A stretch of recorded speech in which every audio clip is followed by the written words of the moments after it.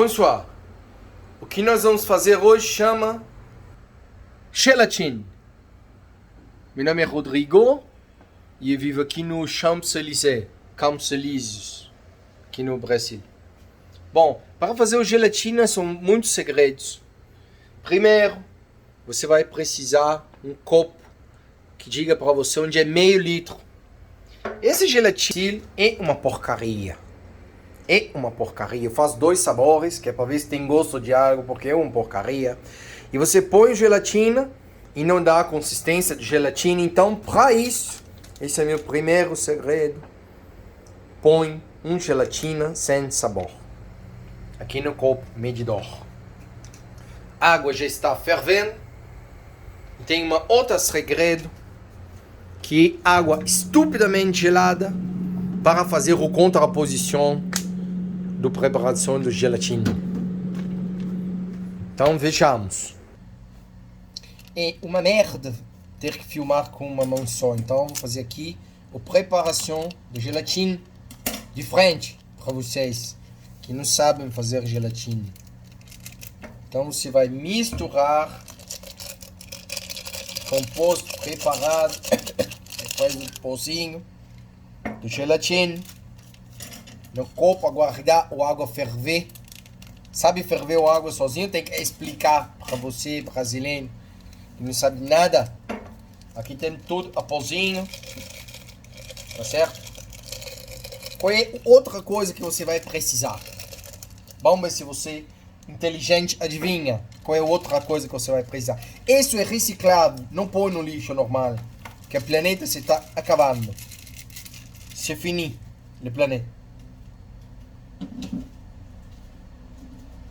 Qual é outra coisa que você vai precisar?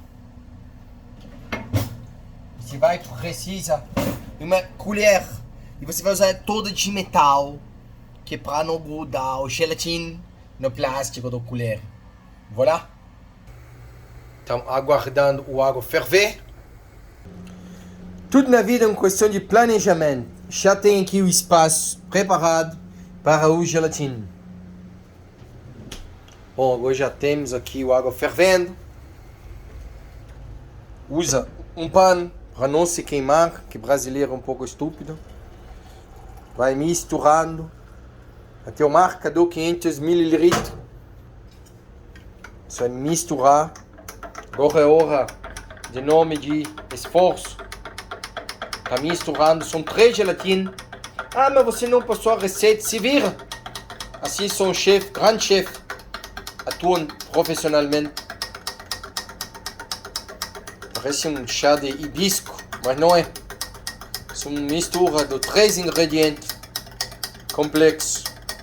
Quando você vê que já não está mais resistindo, a resistência, você vai finalmente, que você fica bem docinho, você vai usar sua tigela.